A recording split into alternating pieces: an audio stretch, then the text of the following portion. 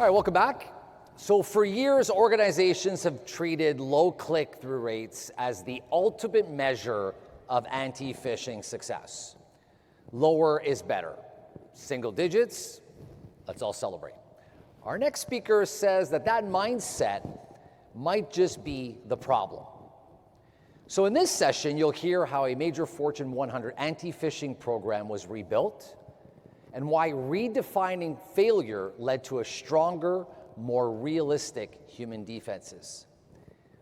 This is really all about understanding social engineering at its core and fixing why many awareness programs simply just don't move the needle. Because zero trust isn't just technical, it's human. And few challenge the status quo better than Robert Wetstein. Wetstein. I was saying that backstage, and I'm like, for sure I'm gonna mess that up. But it is Wetstein, also known as the bow tie security guy. A cybersecurity leader with over 20 years of experience, Rob has built and led security programs at major enterprises, including Disney, and now serves as a director of information security at a Fortune 500 company. He may be known for his bow ties, but today, he is here to change the way that you measure success. Ladies and gentlemen, please welcome Robert to the stage.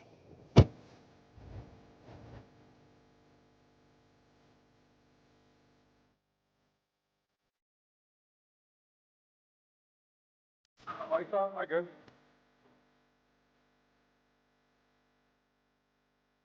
I like the music there. That's kind of cool. I've never had intro music before. So, a little bit about me. So first I wanted to just kind of pull up the obligatory slide of like, this is what I do, this is who I am.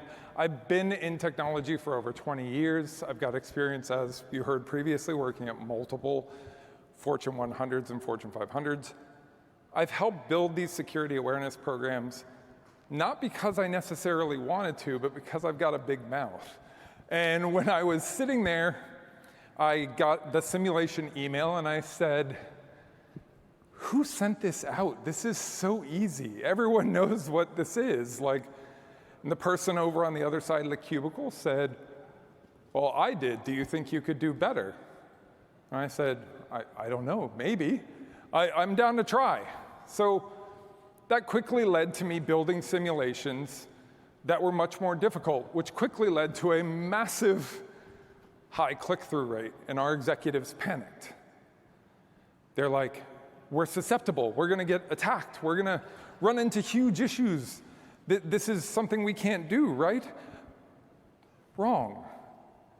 Your click-through number is not an indicator of necessarily compromise or how at risk you are, because you're bypassing literally all of your security to get to that point. You're disabling your checks, you're disabling your perimeter firewalls. All of those things that help protect you are being removed. So one of the things that I love to do is really change the way that we think about security awareness, right? Security awareness is critical today, right? And you've heard multiple speakers today who are trying to sell you awesome products that say 90% of all breaches start with a phishing email or some sort of business email compromise. And that number is accurate, right? Majority of your attacks come through email, and the reason is it's easy. Attackers don't need any skill. They don't need to actually know what they're doing. They simply send an email and hope that you click. Speed is the most important thing to this. If you are compromised or if something does happen, you need to get to it incredibly fast to close that gap. Your users are going to click on things, and that's not necessarily a bad thing, because you're educating them when they click. You're teaching them that this was a simulation, and at least they fell for your stuff as opposed to an attacker's stuff. So your traditional program always says under 3% click-through rate, that is what success is, period.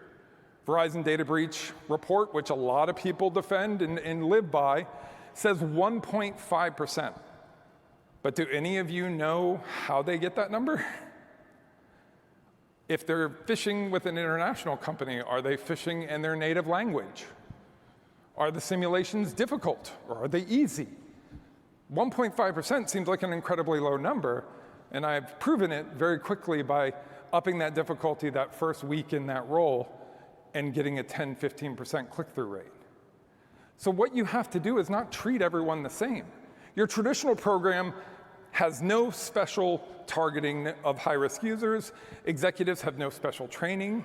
There's no buy-in from your end users because they don't care. They don't care about your company as much as you want them to. The individual contributors will simply do what they're trained to do, which is respond to emails as quickly as humanly possible because we have trained that behavior. Companies have limited standards for communication, so when an email comes through with a clickable link, we've trained them to click it. So my future is a little different. The click-through of 10% means that you need to continue to increase the difficulty of your simulations. It means that users are grouped by risk and access they have. If you treat every user the exact same, there's no real value to that. If the person who sells churros at Disney gets compromised, they're probably not going to have access to too much. But if the person who's an executive or something like that does, it can lead to a lot of problems. So you want to make sure that your help desk is trained and that the executives are trained not with don't click this training, but with brand damage training. You want to explain to them that if you click on a phish, it's not just that you fell for an attack or that it's a possible breach. You've now damaged your brand, especially if there's someone in security or in a higher level role. Imagine, sending an email out to 5,000 of your contacts that has malware attached to it as a high-level executive. Rewarding is important. If you report something, they need to know what they reported was a phish or wasn't and why. Educate them and give them responses. Traditional programs, they'll report and they get nothing. And the main complaint when we talked to users was, well, I reported stuff, I have no idea if it mattered. Did I stop something? So I created a rewarding system where if you reported something and that was actually phish, I would reach out to you personally. I'd say, hey, you caught something. We were able to block this. We stopped 40 other people from clicking on it because of you. Give them some swag, give them a thank you, something to enable that behavior and that mindset. Don't vilify them for clicking. Everyone here is susceptible to phishing attacks. All it takes is the right timing and the right moment to catch you off guard. So when you're looking at things, you need to first understand your audience. Who are you protecting? Right? Executives and decision makers, you want to talk to them about their personal risk and make sure all the communication is based on that. As much as you would love to tell them not to click stuff, they're going to.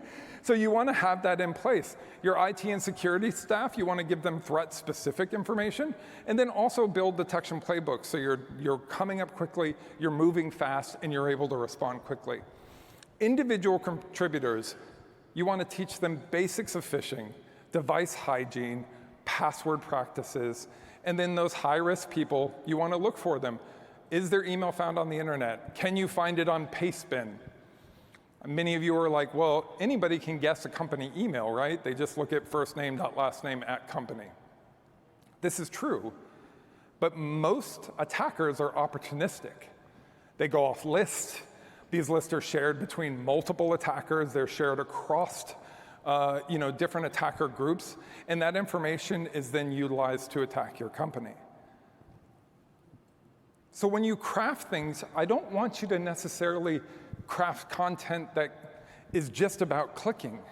I want you to make it practical. Show the red flags and things that actually matter. Things like micro-learning are huge. Majority of your company is probably younger users, and they don't learn in 30-minute chunks. They learn in 2 to 5-minute chunks. If you're not creating like TikTok-style anti-phishing videos and things of that nature, your company is already falling behind because your newest users and your newest company employees simply don't have the attention span. That is the sad reality. Effective retention and busy schedules make it very hard for them to actually care about things. So make it and keep it very stupid simple, right? You don't want to make it too difficult. I always keep it really easy. Who, what, when? Who is it from? When did you get it? What is it about?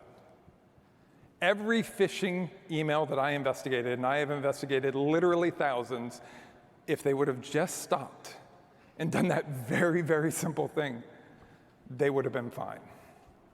So choosing the right delivery method is incredibly important. So phishing simulations are one part of it, but you really also want to augment that with microlearning, mobile, and signage. So maybe if you have people's texts, send them a text message to remind them about phishing. If you have the ability to put up signage, that's awesome. I put up signs at urinals that had a text conversation of somebody getting compromised and clicking on a fish and what to do. They're not doing anything else. They're gonna read it. And if you've ever seen any sort of thing that has like the little, you're reading the chat message box with people's names and the back and forth conversation, you can't help but read it. We're trained to. But those type of things are really, really key. And as you continue doing those, you're gonna start building a relationship with your users. And this is where the things like live workshops and other things come into play. If your users feel like you're reachable, they'll be more apt to report things because they feel like they're part of the solution as opposed to being seen as a problem. When I worked with users all over the company, when they would click on things, they would feel terrible. Oh my God, I'm so stupid. No, you're not. You're busy. I didn't vilify them, I talked to them. What did you learn? Well, here's what I learned. Would you be willing to talk with us next time when we go and talk about phishing, about what happened and how we reacted? Using those real life scenarios really helps build this relationship with your users that you simply can't get anywhere else. And it makes them feel comfortable when they accidentally click on a fish. You want to show that that personal brand damage is really important because users, again, they don't care about your company as much as we wish they did. So you want to educate them on how quickly it spreads, how fast an incident can happen, and how quickly their information and data can be compromised, and how bad it looks. I can tell you there are people in security, when they clicked on a fish, they were just mortified. I can't believe I fell for that. I can, it makes sense, right? We're humans. We're trained to click. A lot of our behavior and things that Facebook literally spends millions of dollars for is click behavior. Like, what can we do to engage you? Attackers don't need to send really strong content. But as you're looking at your users' click-through rate, don't look at it as a negative, look at it as a way that you need to kind of improve things and change things a little differently. So how do you measure that success, right? When you're building out your program, you first want to do a baseline. And if you see here, the first phishing baseline was pretty bad, and then it went down. This is where you need to have 2 consecutive down months, and then you up the difficulty of your attack. Pull it from the things that are actually getting through your perimeter. If you are sending people phishing messages that you've crafted yourself, how is that helping anyone? Like one of my first pitches, I was like, let's send out an email that says that we are no longer going to view Memorial Day as a holiday. And if you have any questions or concerns, please click here. And they're like, are you out of your mind? Do you know what would happen if that hit the news? I was like, all right. Well, the new movie's coming out. Why don't we send out? No, everybody would fall for it. So we've established that our users will fall for a fish if it's crafted correctly. Why are we so hyper-focused on a number that doesn't really tell the story? If you want a real story of what your users can do, have your red team do an assessment. Have them go and get emails from the web, from the dark web, from wherever, and then target them with a targeted attack. That will give you an indicator of what your risk is. Because looking at that number and saying, well, look, we're at 3% consistently, it's like, okay, When you send out, you could do that, and then you keep doing that, and then you punish those people. And then when you send out your employee survey, you're like, I don't understand why nobody's clicking. Why doesn't anyone look at the employee surveys anymore? Well, you've effectively trained them that clicking on anything is bad. You also want to tackle things like, how quickly does it take you to respond to a phish? How quickly does it take you to actually contain an attack? Those are really important metrics that a lot of people don't think about. Your users will click. In business, we have trained instant response behavior. We have taught users that if they don't respond instantly, they'll be punished, they'll be talked to. We've ingrained this in them, and then we get mad at them when they do what we've taught them. So some of the common pitfalls when people build these things out is they say, well, the one-size training fits everyone. We'll just give one training for all, and we're good, right? Like, we don't need to worry about any of that stuff. We just give one-size training, and then everyone else will just kind of fall into it. And if they don't, they're fired. There are several companies have a 3-strike rule. If you click on a simulation 3 times, you are terminated. I bet you they will not get a single person reporting things. And that's a metric that you want to see go up. When we first started the anti-phishing program, our report numbers were less than 20%. By the time we had finished doing our road shows, embracing that you're most likely going to fail, educating them, I even did things like when I did talks on it, I would hide things in the phishing emails, like pop culture references, and I would give rewards for people who found them. I would do things because it taught behaviors. It taught them to take a moment and analyze that email and look at all of the tiny little details in the email before they actually engaged on it. But if there's no measurement or follow-up, the users simply have no idea how good they're doing or whether or not they're making any difference. When we started actually responding to users, 1, they were surprised. 2, they were really happy that they could help. And the people that we responded to showed a 15 to 20% increase in reports year after year because they felt like they were doing something. They were part of the solution. They weren't the ones causing problems, they were the ones helping solve the problems. But if you don't have leadership buy-in, it's really, really difficult. I remember that very first conversation where I said, I don't care about click-through rate. And the very high-level executive said, you should, because that's kind of your job. And I said, well, let me explain. We're bypassing our security to get into it. We should use that as a metric that we need to increase the difficulty of our attack. So we went from people falling for Starbucks gift cards. A year later, they're not falling for targeted spear phishing attacks because we've trained behaviors.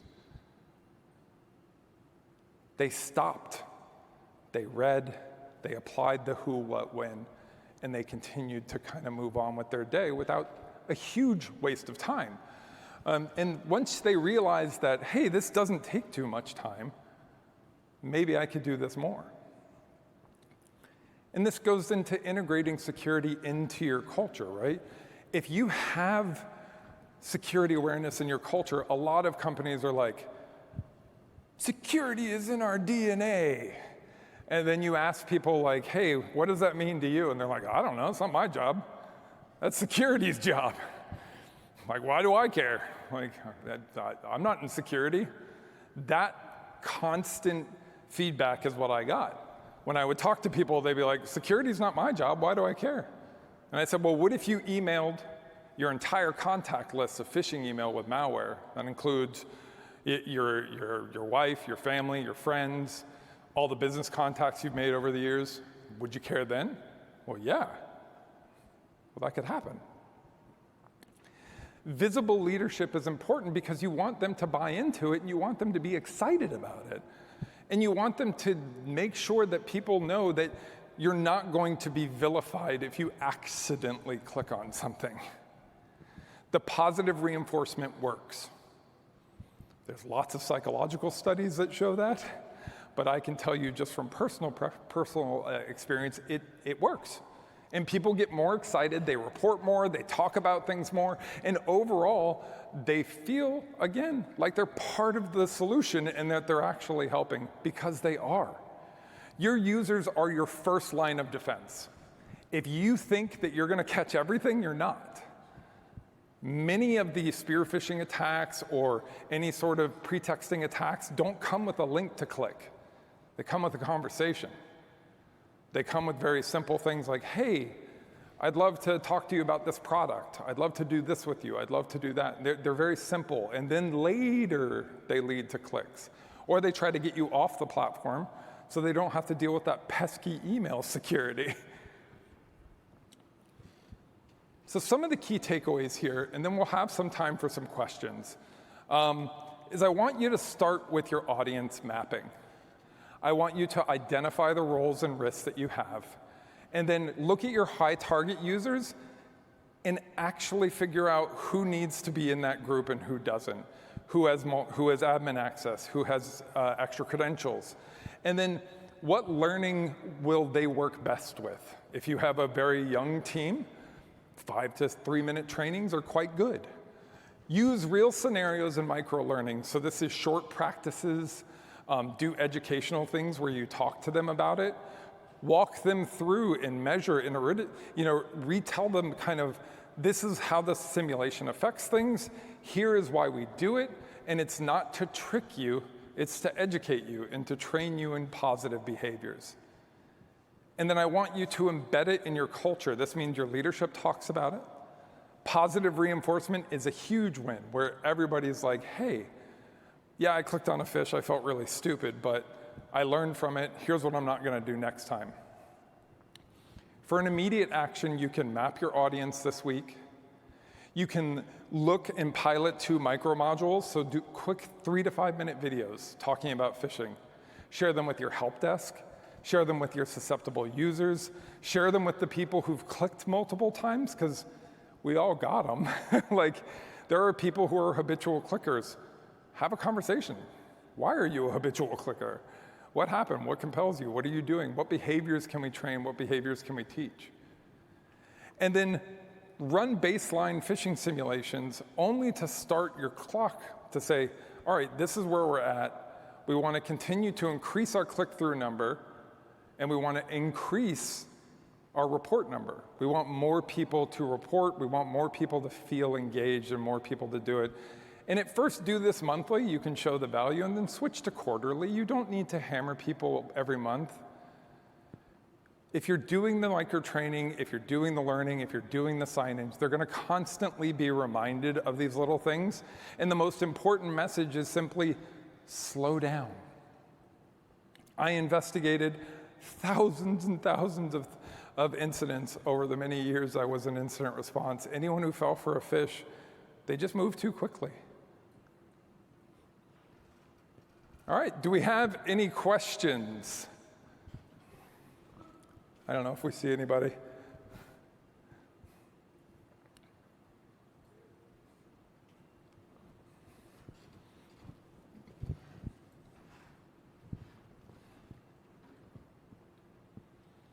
Thank you. So I'm in the hospitality industry. I know you've crossed various industries in your career. In my experience for hospitality, because of the nature of our work to help others and all that, I think it's a cultural contrast with phishing and the like. So what recommendations, insights you have when it comes to fostering that security mindset specifically within hospitality? No, I mean, that's a great question, because social engineering in general is exploiting human kindness. And when you're in hospitality, you're trained specifically to help and go above and beyond. As an ethical hacker, I've gained access to buildings just because I felt like I made them think I was having a bad day. I looked at their bumper sticker and I said, oh yeah, I'm a Browns fan too. Did you see the game last night? I instantly gained social trust, and then they wanted to help me, because we as humans in general want to help people. So this comes back to the exact thing that I talked about earlier, which is engaging with your audience and talking to them about just taking a moment to take a breather. Especially in hospitality. You don't want to instantly respond to a problem until you know what the problem is. So in a hospitality environment, I would educate to pause for a moment, read the complaint and the concern, and then ask yourself, is there anything that you need to actually click on, and does that actually make sense? And training those behaviors of pausing and actually looking at the email and digging in. We've got time for another one.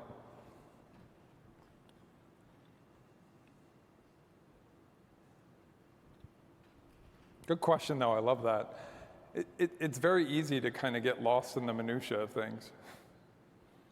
Hello, my name's Garen. I'm currently moving over to an ISO position for a bank, and we currently have a big problem with phishing emails. Yeah. And I was wondering if you had any advice for someone new moving in that position to kind of like upgrade what we're doing, because you know it's really basic. Like we're sending out an email like watch this video for training, and that's it. Nothing like crazy. And we'll do like simulations too, but it's like all pre-generated stuff. Yeah. So just any advice for someone coming new in that position? Yeah, I mean, start with the simple stuff that was on the previous slide here. If I could try to go back, which apparently I can't, which is okay.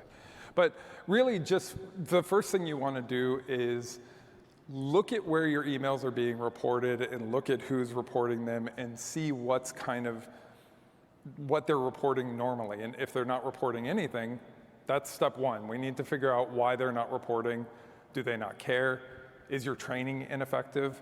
A lot of the anti-phishing training and things that you have is really dull.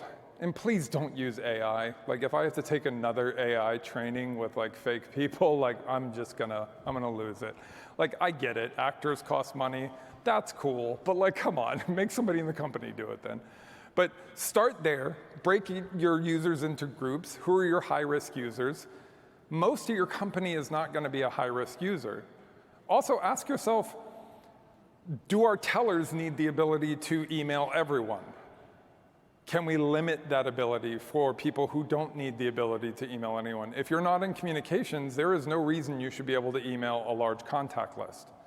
There's lots of things you can do for mail security, you know, DMARC, SPF validations, and a ton of other stuff that you should be doing that you may not be.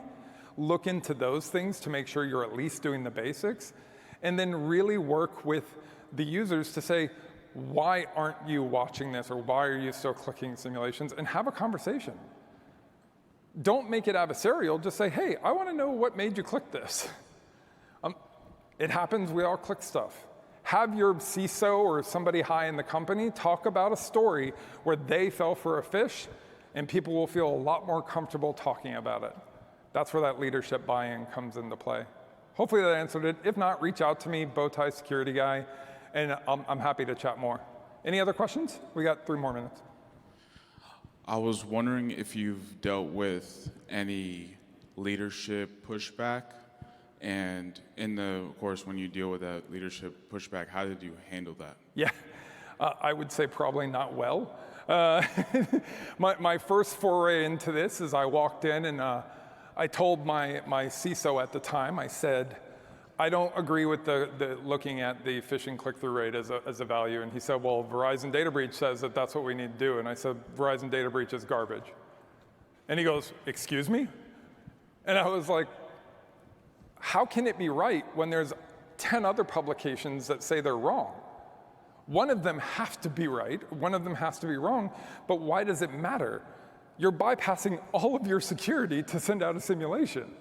It's not a good true indicator. It just isn't. The value isn't there. So I had those conversations. I definitely put my foot in my mouth a lot in the beginning. But I think they started to really realize what we were trying to do is train behaviors. We want to remove risky behaviors. We want to tell people it's okay to take a moment before responding. With my team, I'm like, hey, if I email you, you don't have to respond immediately. Like, it's okay. Many times, many of us who are executives or higher, whatever we say, people just run off and do it. They'll just instantly do what you said and they won't think twice about it. That's a huge problem because that type of behavior leads to people who will easily click on an executive's phishing. If an executive gets compromised, they will click that link all day. I've seen it happen.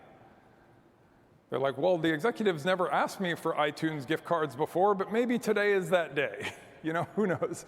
But really, it's just having open, honest conversation, taking feedback, and really just engaging with them to understand what their concerns are. If they're worried about people falling for a phish, they're going to. There's a reason it's 90% of attacks start that way, so you've got to train behaviors and not focus on the symptoms. I think we're good on time, or do we have one more? I think we're good. Awesome. Thank you so much.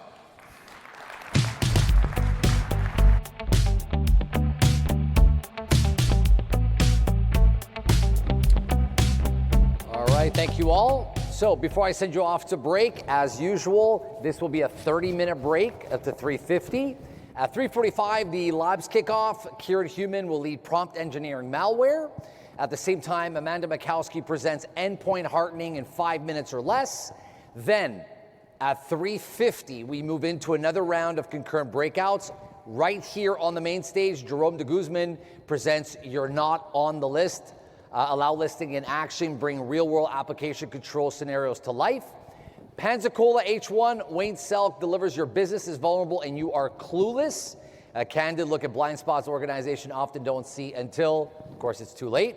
And in Sebastian I1, Sam Sundell tackles removing local admin without breaking IT, addressing one of the most common and by far one of the most delicate security challenges organizations face.